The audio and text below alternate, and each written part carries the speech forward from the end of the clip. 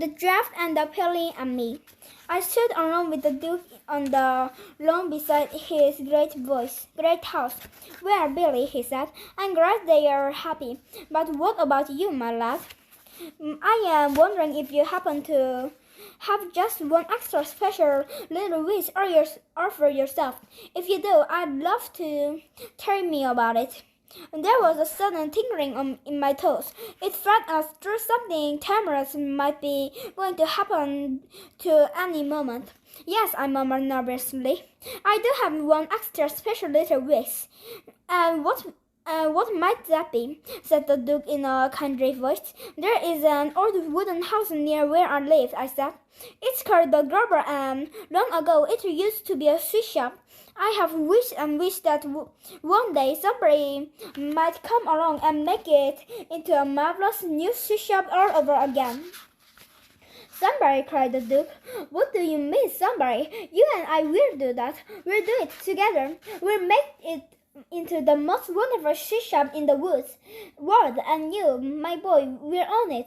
Whatever the old Duke got excited, his enormous mustache started to brush and jump about. Right now, they were jumping up and down so much it looked he had a scar on his face. By God, sir, he cried, waving his stick. I shall buy the place today. Now we'll get to the work and have the whole thing ready in no time. You just wait and see what sort of sweet shop we are going to make out of this Grubber place of yours. It was amazing how quickly things began to happen after that. There was no problem about buying the house because it's owned by the Giraffe and Peony and the monkey, and they instead of giving it to the Duke for nothing. The building and carpenters moved in and rebuilt the whole of the inside, so that once again it has 3 floors. On all these floors, they put together rows and rows of tall shelves, and there were ladders to climb up to the highest shelves and baskets to carry what you bought. Then the sweet and treats and toffees and figs and nuggets and began pouring it to fill the shelves. They came being experts from every country in the world, the most wild and wondrous thing you could ever imagine.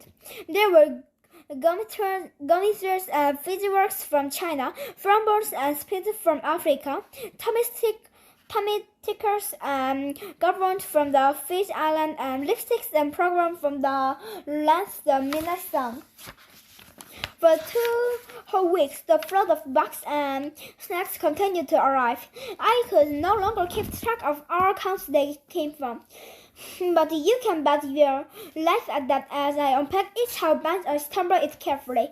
I can remember especially the giant walkers from Australia, every one with a huge leaf left strawberry hidden inside its crispy chocolate crust, and the electric fidget truck that made every hair on your head stand straight up, and as soon as you popped one into your mouth, and there were nisbobs and guzzlers and bluebirds and shufflers, slippers and toad lickers, and as well as our this, there was a whole lot of splendid stuff from the Great Wonka factory itself.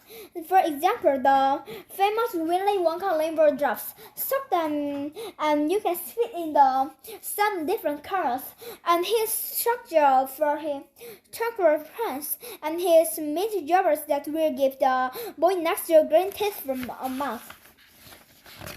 On the grand opening day, I decided to allow my all customers to have themselves for free, and the place was close to which children you can hardly move.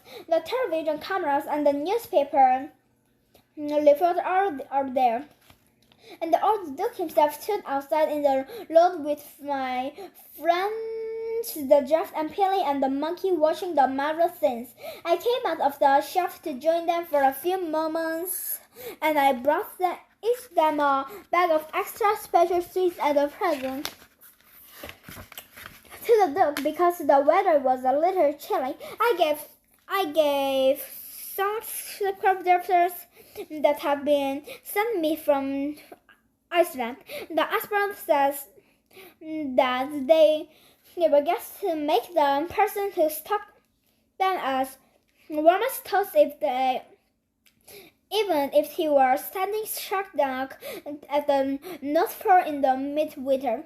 The moment the duck puffed one into his mouth, thick smoke came gushing out of the old boy's nostrils in such quantities that I thought his masters were going off in flames. Terrific, he cried, hopping about. Chairman, stop! I'll take a case of them home with me. To the draft, I gave a bag of Grandpa's grubbers. The grubber is an especially delicious treat that is made somewhere near Mecca.